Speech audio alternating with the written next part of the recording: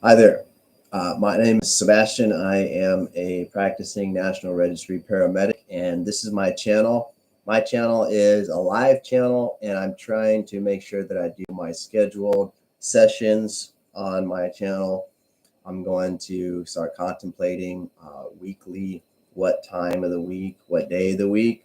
And the background is I am in the middle of trying to create this for education purposes to kind of keep abreast my own competencies by sharing and highlighting my career highlights and helping students navigate the learning curve or the gradient coming from their coursework entering the National Registry. And I'm going to have a lot of information for you that pertains to how to get through that National Registry.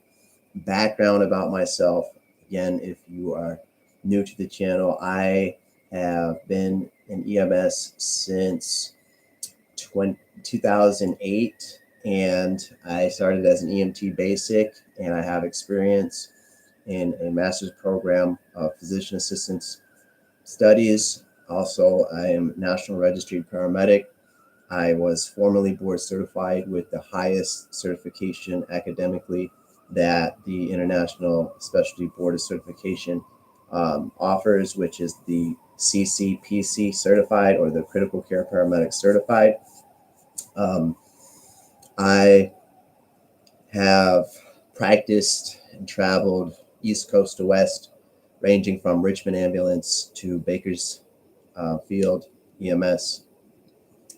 I've done federal contracts, and I've also been a tutor in a couple capacities. And so I'd like to continue this discipline of tutoring and education and discuss some of the things that are not discussed in the field at this time. Um, there's a lot of educational resources out there that pertain to helping the student buy or purchase modules for training, buy or purchase flashcards and videos and things of that nature. And so, additional background about myself: I've been on a tutoring platform for the past 4 years, instructing and helping those students come from their course, whether that be a firefighter department or whether it be from a local community college. And they come out and now they think they're ready for the National Registry. And it doesn't matter if it's EMT basic all the way to EMT paramedic. I get those students up to speed and help them understand that there's a difference between your coursework and what is expected of you for the National Registry. And I do want to have a quick little conversation before I continue. Is a lot of students, they feel that there's a disconnect almost between the scenario-based questions. And I want to get into that. Today's video is going to be about scenario-based questions because this is a common denominator that I feel is something I'm always approached on. Let me make sure that this is focused. There we go. So again, this is gonna just be raw and uncut. I'm not trying to do a bunch of cut screens and trying to get a bunch of editing and rendering. I just made a computer, so it has like 16 cores. It's plenty capable to do so, but again, I'm not really interested in doing a lot of editing right now. I have other things going on in my life, and I actually have a final exam coming up in the next week or so, and I have a quiz coming up in 48 hours in one of my anatomy courses. So this is my pup, by the way. His name's Champion, and then I have another rambunctious dog who is a good-looking mixed pup Her name is Jazz, and she's a really good looking dog. She's very rambunctious. So the thing is when students come to me on tutoring platforms, and they're paying a lot of money, and I understand that there's money and there's a business from doing all of this. And the thing about it is,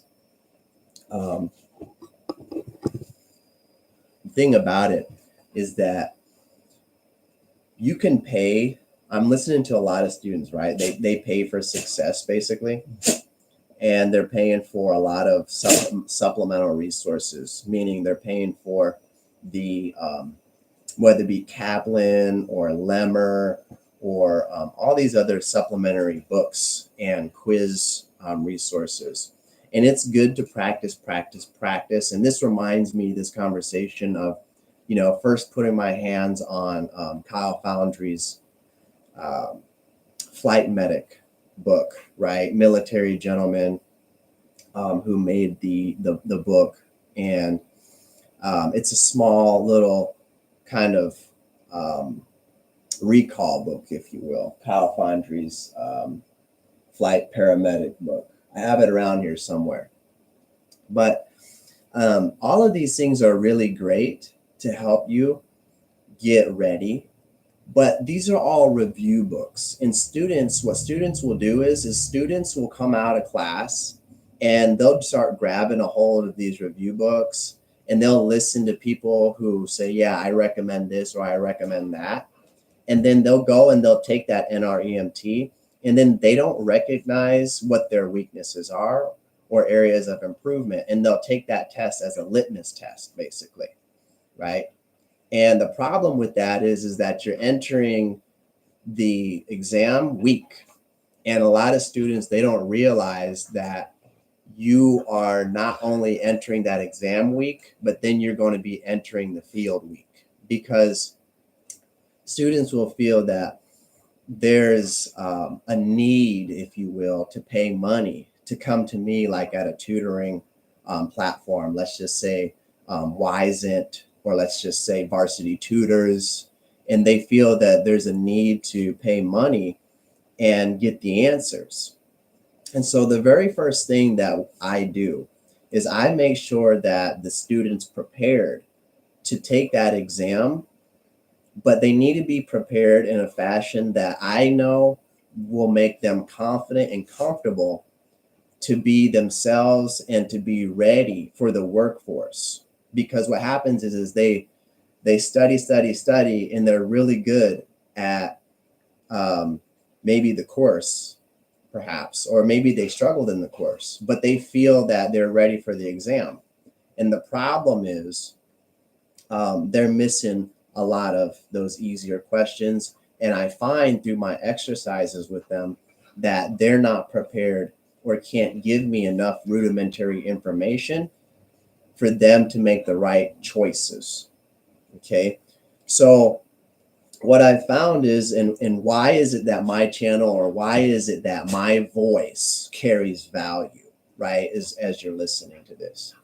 And I would say that my communication here, what I'm trying to portray to you, carries value, because when I listen to the students who are always contemplating the difficulty of the scenario-based questions, there's a couple elements that I want you to always remember when it comes to you purchasing your quick resource books, like your quick help guides, or anything that's online. For example, like if there's online resources that say, yeah, we'll offer you XYZ practice questions, or XYZ number of practice tests, you have to be careful who you're getting that information from.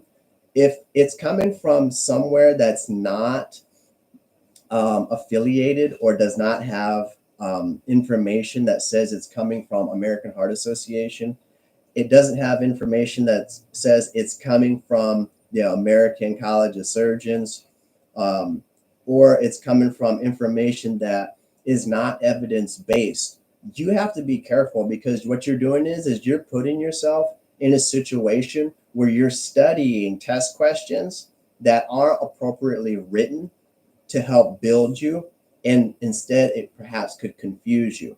And there's a couple companies, which I'm not going to name, and they're kind of big. They're pretty big companies, actually. And what I found is after my time just browsing and going through some of their information, like their test questions pertaining to, doesn't matter what level, NREMT basic or NREMT paramedic, when I go through those questions, I'm finding that some of the questions, the way that they're worded, actually would cause the student to lose confidence in their capabilities or confuse them or mix up information that may be part of their foundational understanding of a particular emergency or a particular concept. And it's because of the way it was written by the test writers. And so some of these supplemental test organizations or educational supplementary, whatever you want to call it, businesses, if you will, because that's exactly what they're running. They're running a business. They're writing test questions that may not be up to par or up to speed or evidence-based. And so you have to be careful. And the other thing about that is if you go about purchasing too much or relying too much on all of, get out, hey, get down, we're not doing this, get down, back. And this is what you get to see uncut when we're going live, about a lot of bad behavior from everybody. We don't edit it out. You see, there's no editing here. All right, we're not playing. That's enough. Back up, please. You need to go lay down. That's enough. So what you're not seeing is an tangent here, right? Like elephant or the gorilla walking across the screen. So Champ is a super chill dog. Coolest, chillest dog you can imagine. This is Jazz down below.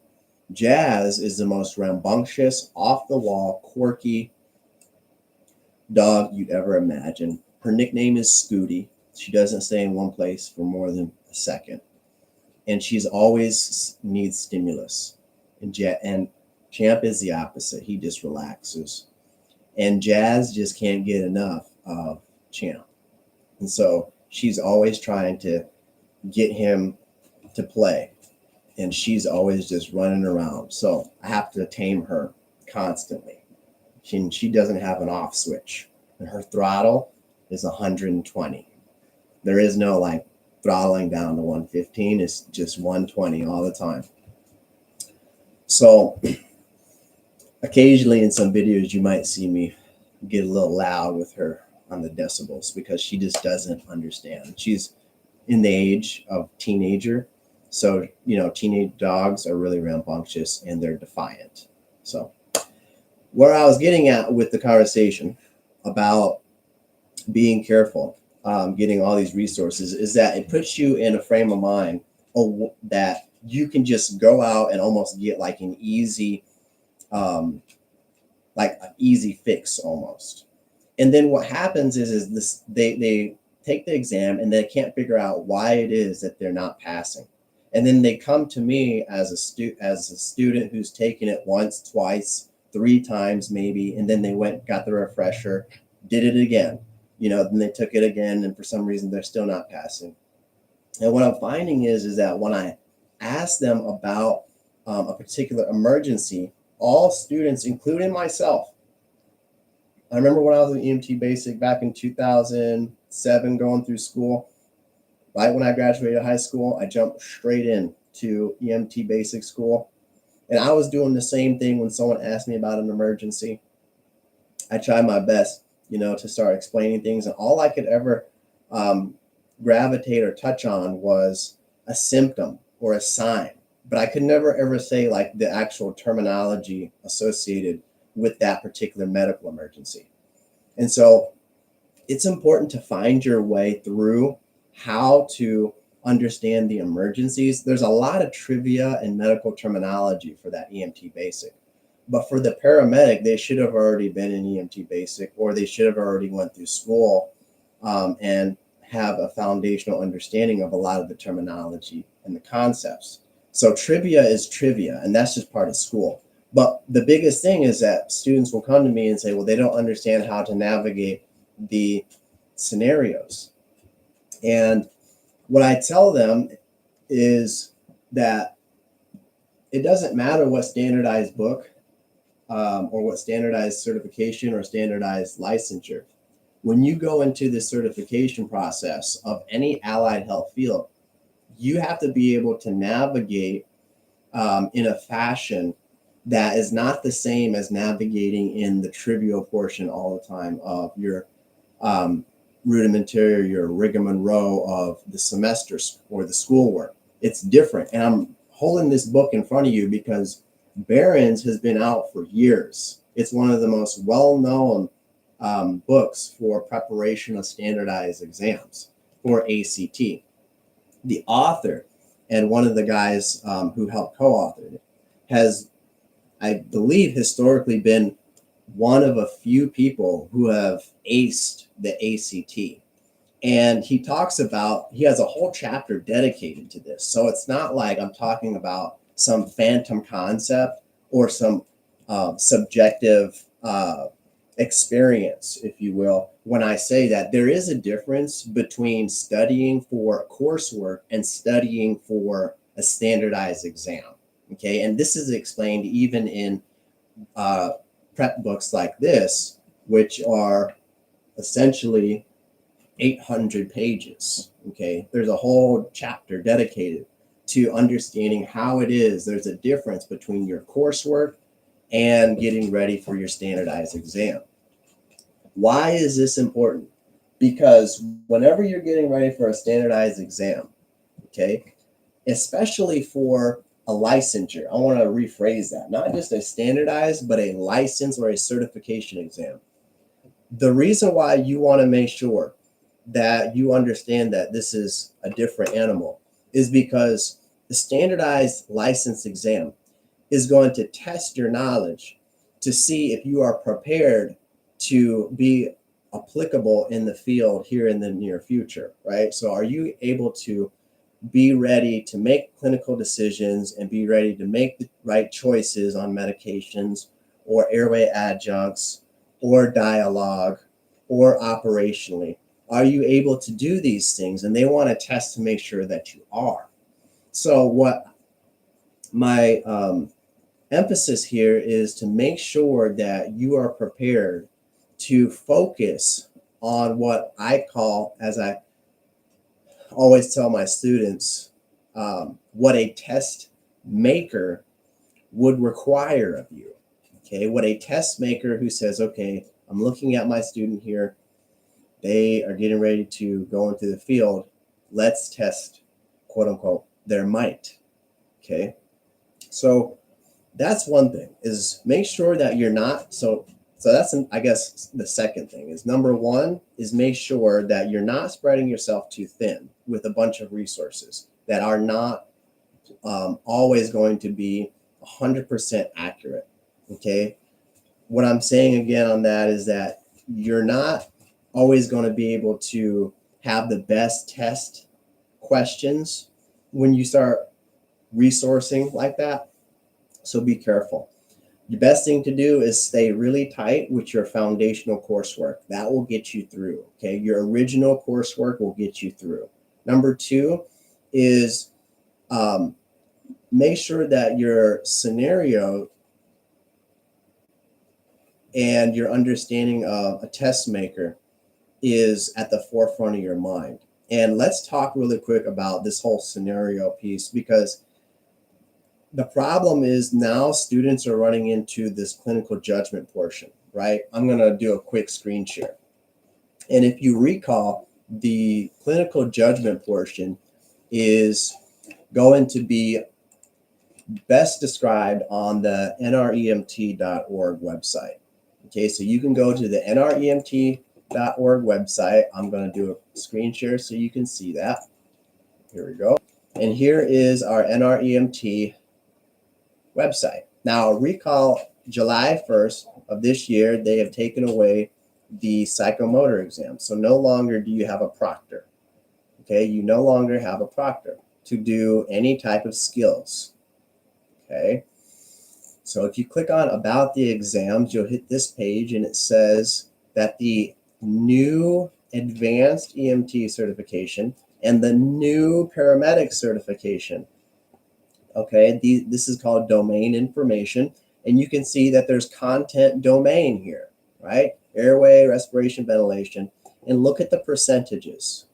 Now, immediately what jumps out to me, because I've seen students in the past going through school, all I know is school personally, myself, but I've also tutored students. So all I know for students is their most common complaints and concerns, right? Or where they have fell short.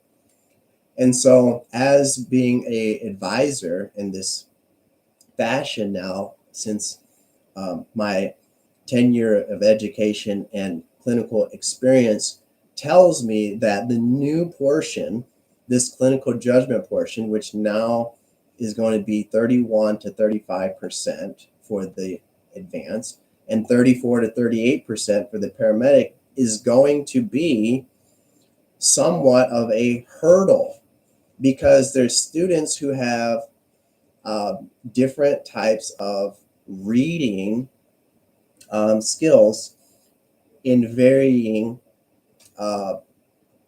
ability. So some students are going to read slow, some students are going to read fast. And so to get through your clinical judgment, having a understanding, a preliminary understanding that you'll have to do a lot of reading to choose the best answers, and not just one in this case anymore out of 4, but they'll give you a list, right? Sometimes up to 8, or even I think it's like 6 or 7 sometimes, and they'll ask you to maybe put them in order, or they'll maybe ask you to choose 2 or 3 out of the bundle of choices. And this requires you to go and navigate these scenarios. So when we go down here, you can see the clinical judgment. In the, again, advanced and paramedic only, they're going to be giving you these clinical judgment scenarios. This is en route, on scene, and post scene. Okay, en route, scene, and post scene. You're going to see here that these 3 are important to understanding your answer choices. Okay, and so this is something that I feel is going to actually be difficult for a lot of those advanced and paramedic students, because it's going to require more reading, and that's going to stress people out when it's time sensitive, right? Now for the EMT basic, this isn't going to be the same for you. My understanding, the CAT exam, or the computerized adaptive, is for basic and paramedic, but the advanced is going to remain linear. And for those that are not sure about that, linear means it's just going to be a standard 130 question or 135 question exam for you, and it's not going to be basically predicting through computer or AI assessment with 95% confidence interval whether or not you're going to pass or fail in a particular domain. Okay, so that's advanced. That's in advanced only. Okay, now you're going to have clinical judgment apparently in advanced. I guess I may have misspoke earlier.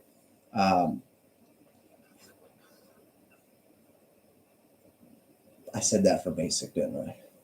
So basic, I don't see any clinical judgment portion. I think I was saying it right. I'm just multitask. I'm literally wrestling my dog here. So she's kind of giving me some side task here. And stop, please. That's enough. No more. Stop. Get off me. Stop. Back. That's enough. No more. Stop. So I'm back here off of that page. What I'm getting at is a third of the exam, you're going to go through, whether you go to Pearson or wherever you may go, you're going to go through that exam slightly stressed, more so because it'll be time sensitive and you're going to be doing more reading.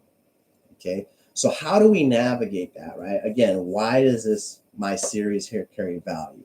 So what I'm doing here is I'm taking my experience as a tutor and in the field, and I'm bringing it to this platform, and we're going to go on my whiteboard really quick, and I'm going to start expressing two topics. I want to give out two topics today that I always give with conversation on my previous tutor sessions. And one of those, let's go to the whiteboard really quick. Share window whiteboard. Okay. So if you have a scenario, okay, the thing with the scenarios, they may be asking you a lot of different information. But when it comes to a scenario and an emergency, you have to remember that when we say emergencies, what I'm talking about here is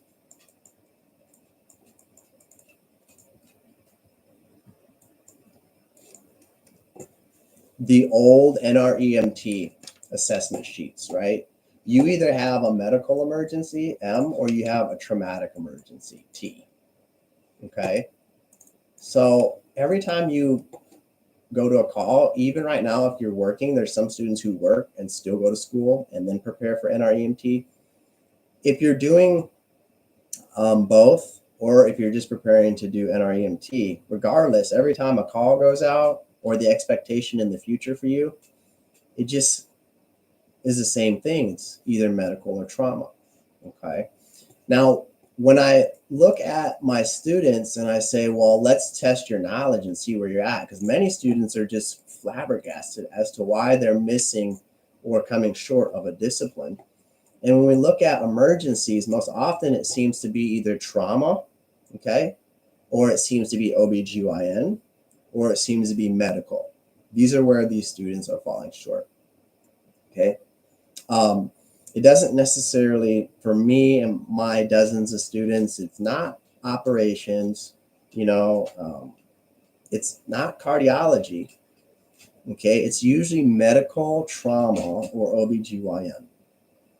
And so what I like to do is I draw this figure, I call him Stickman.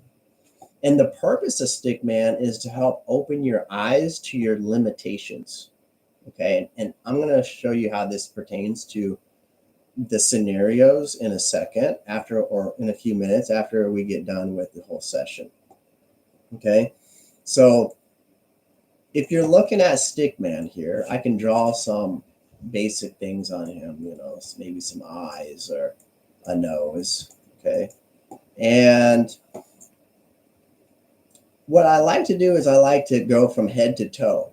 It's important that when you navigate your first exam attempt, that before you get to that point, you need to have condensed and organized your information so that you know how to think if there's a problem or a case that arises, okay, and you're not sure of what body system that emergency is pertaining to. Or if you read the scenario and it's giving you all these tidbits of information, but you're not sure, okay, of which emergency to choose, this is going to help you.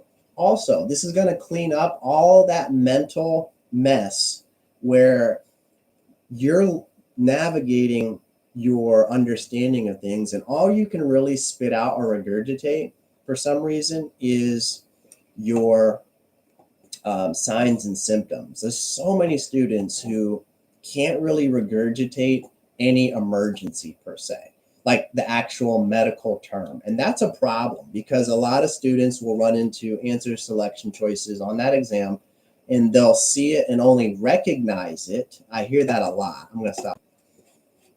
they see it and recognize the words. I get that a lot. Like, I can't think of it right now. Like, I can't think of the word, is what a lot of students will say, is I can't, it's at the tip of my tongue. Like, I know it. If I see it, then I would have known. I can know how to like make the choice if I see it. I'm one of those students.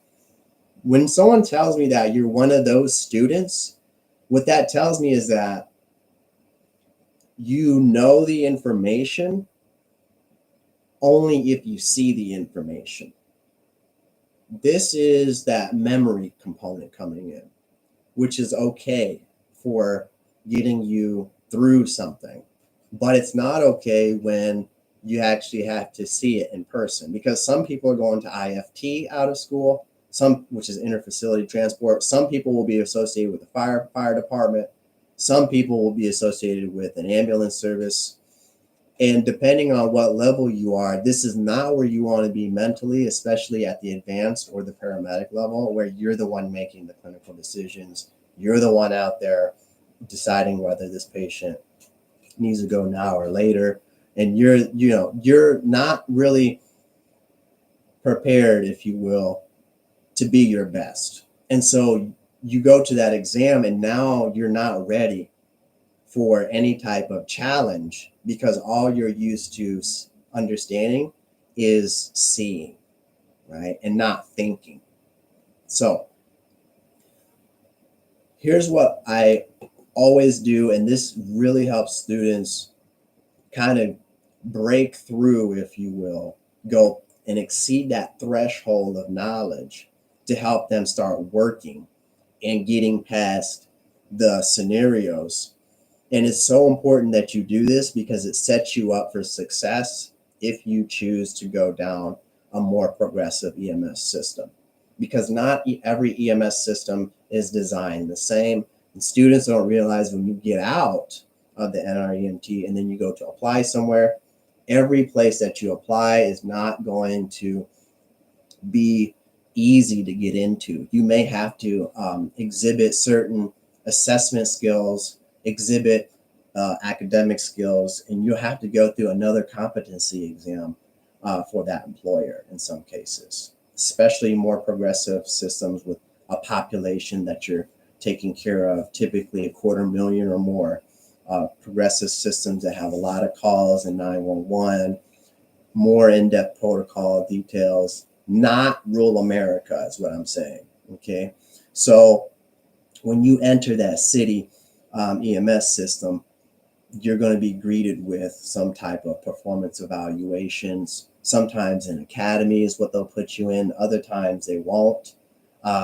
So it just depends. Sometimes you'll get it through an academy and sometimes you won't. Sometimes you just have to apply through your academic performance, okay, and your overall interview. So again, this is important to get that under your belt, that you're in control. This is about you turning around and saying, I'm the one that understands the test. I'm the one that makes the answer, the test questions, okay? And I'm the one that can figure out those answers, okay? Because I have an understanding that is beyond rudimentary, okay? And that's what you need, because what happens is people will tell you certain things, and this is called disinformation, okay? People will lead you astray. People will lead you in the wrong direction. People will do things that are unjust, immoral, and not correct, okay? And this will go, and so learning to have this independent autonomy to navigate appropriate evidence-based medicine and understanding how the brain works when it comes to being a student. Typically, anything that touches base with your senses as you study is always the best approach, including that repetition. Let's get back to Stickman. Stickman. Okay. When we're looking at Stickman, what we need to look at from head to toe is organizing our emergencies. That is so important. Okay. These emergencies need to be organized. I always do head to toe, and I start with a mental exercise. And I'll ask the student, I'll say, give me 5 medical emergencies of the head to the throat. Okay, give me 5. And what happens is, what happens is these students will have an inability to actually give me the medical emergency. Instead, what they'll say is the signs, instead of what they'll say is the symptoms. So they might say something like ecchymosis behind the ears. They might say bruising behind the ears. That's an emergency, okay, to them. I've had paramedic students who can't give me 5 emergencies. And when I say emergencies, immediately they should be saying things like seizures. They should be saying strokes. They should be saying altered mental status. They should be saying otitis media. They should be saying conjunctivitis. They should be saying epistaxis. They should be saying foreign body obstruction. They should be saying, and we're talking of the throat, so upper airway, they should be saying croup. They should be saying epiglottitis, right? And so forth. And we keep going with this. And then once I get I see that the student has a broad understanding of emergencies, just overall emergencies, then we go into something deeper. Okay, then we go into something deeper. And I have a fashion or a method, if you will, to go deeper so that now we have a starting point and then we can go into more trivial components and start putting the pieces together, right? And so for every emergency, there's a subset of information that needs to be looked at and highlighted. And I call these hallmark signs and symptoms. I call them hallmark vital signs. I call them the definition and the why. There's 4 pillars, okay, for those emergencies. If you're good at understanding the 4 pillars of an emergency, okay, which are all founded on evidence-based medicine, and let me talk about that really quick. When I say evidence-based medicine, this means that if I were to open up a physician's desk reference, the Merck manual, up to date, e-medicine Medscape, and so forth. If I were to go to the most recent, including American Heart Association's most updated information, right? Prime example would be a delineation between hypertensive emergency and hypertensive urgency. Okay, back in the day, hypertensive urgency was a systolic of 180 or greater. Hypertensive emergency was 220 with evidence of end organ failure. Now the new updated guidelines have changed. Okay, emergency and urgency are both in the 180 and above.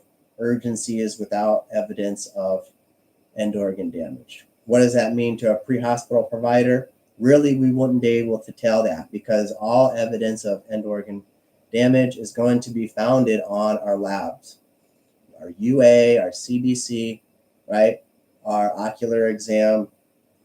So we're not going to be able to understand in the field pre-hospital wise because we don't have but one lab technically you could say 2, but one lab via blood, and that's our glucometer, our glucometer's reading. And so with that being said is you have to be able to see that we're not going to be able to go into an exam and be good at a scenario if we don't know how to break down those answer choices from the beginning, okay? So Stickman continues to work every single time I start with a student and they say, I have a problem in this discipline or I have a problem in that discipline. Okay, we're going to go back to screen share. And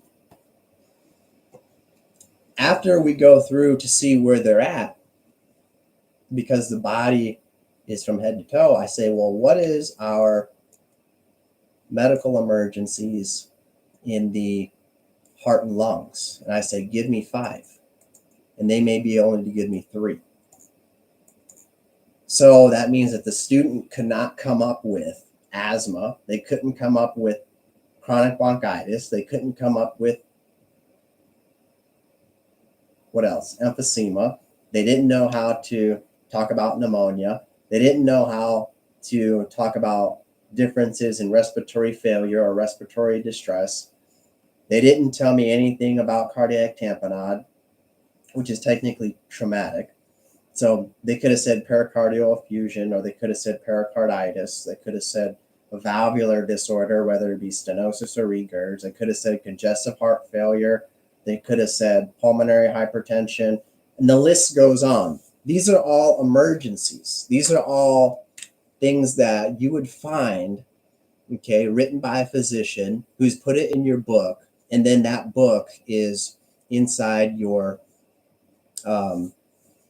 EMS books, right? I'm going to go back. And the best part is, again, we'll be able to tell me those signs and symptoms sometimes, right? Sometimes they'll give me signs and symptoms, but they're not able to start from the top and say, look, this is an emergency that we have to look out for. Okay, maybe an acute abdominal aortic aneurysm, right? Maybe that's what they want to, they can say, well, you know, someone might have a pulsatile mass, but they won't ever say acute, abdominal aortic aneurysm. Again, it's vital that you put in the forefront of your mind that emergency, because what will happen is in the scenarios, they're painting the picture for you, and then they're giving you the emergency. And the only thing that you ever thought about, even when we talk with each other, is that signs and symptoms, and you didn't have a discussion with me regarding how to identify or highlight just the emergency itself and work your way down. And all of this is because you are navigating all of these extra quizzes, extra testing resources, and you're just going through asking yourself their sample questions and practice questions, getting ahead of yourself, and you don't know how to analyze the actual emergency and understand it as an emergency. Instead, you were jumping too far ahead of yourself. And so this is where you start pulling the gap away from your success, okay, towards your failure. And we identify that every single time. Every single time a student has come to me, we do this, and every single time it's exactly what they need to put it together, okay? And sometimes, and actually a lot, it's the textbook that's not their best friend, if you will. Right? The instructor or the teacher would recommend a specific book. And then when I ask them about the book format doesn't give them the assistance that they need to be the best that they can be. Okay. In their mind, in organizing this new information, right? Because every time you go to a new job, every time you go to a new course, every time you go to school and learn a new concept, it's a learning gradient. And you have to take that information, you have to organize it, then you have to compartmentalize it, and then learn how it all communicates with each other, and then work off of that. And unfortunately, the book doesn't, there's a lot of textbooks that don't give you the organization that you need.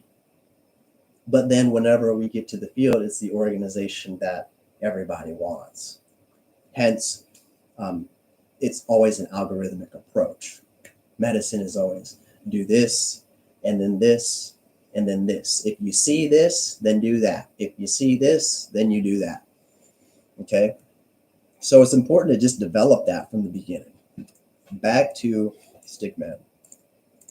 So once we do chest and pulmonary, okay, cardiac and pulmonary, I go to the abdomen and we do our 4 quadrants. Okay? Our 4 quadrants, what is it in our 4 quadrants that we're looking for? And some of the students have difficulty giving me information about the basic information first, right? Which would be the organs, which would be assessment, which would be what the sounds, right? Auscultation. They forget about percussion.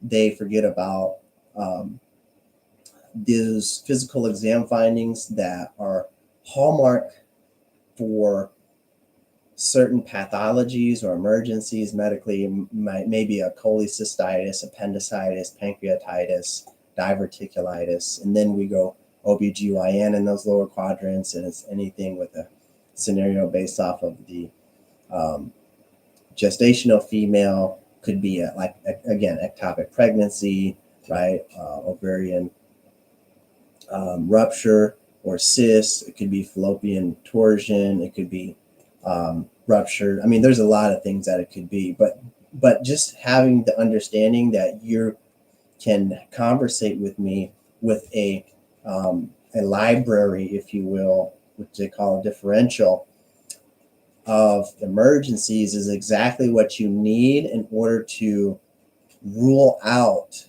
the scenario-based answer choices. And I want to get into that because it's a long video already, the scenario strategy on next video.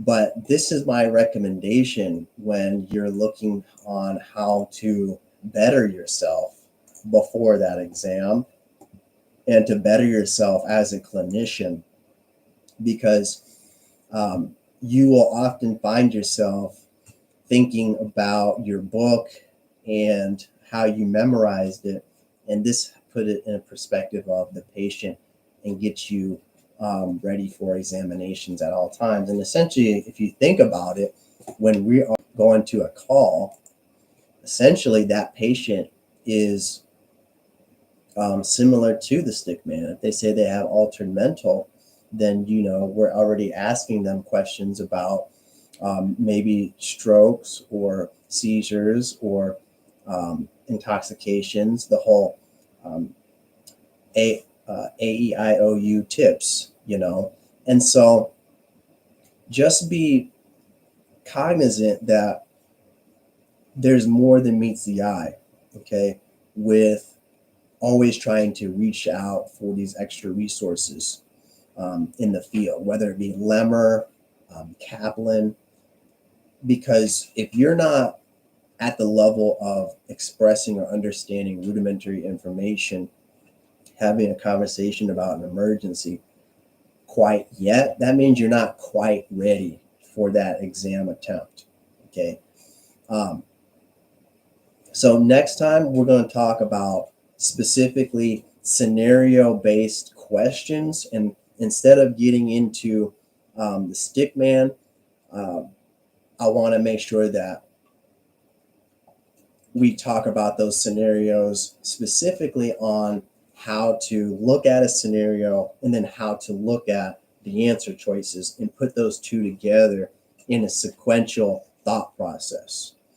Students are having some difficulty, I noticed, with oftentimes going and finding abstract or kind of concluding abstract information, if you will, almost as if it's the author of the exams are trying to trick you.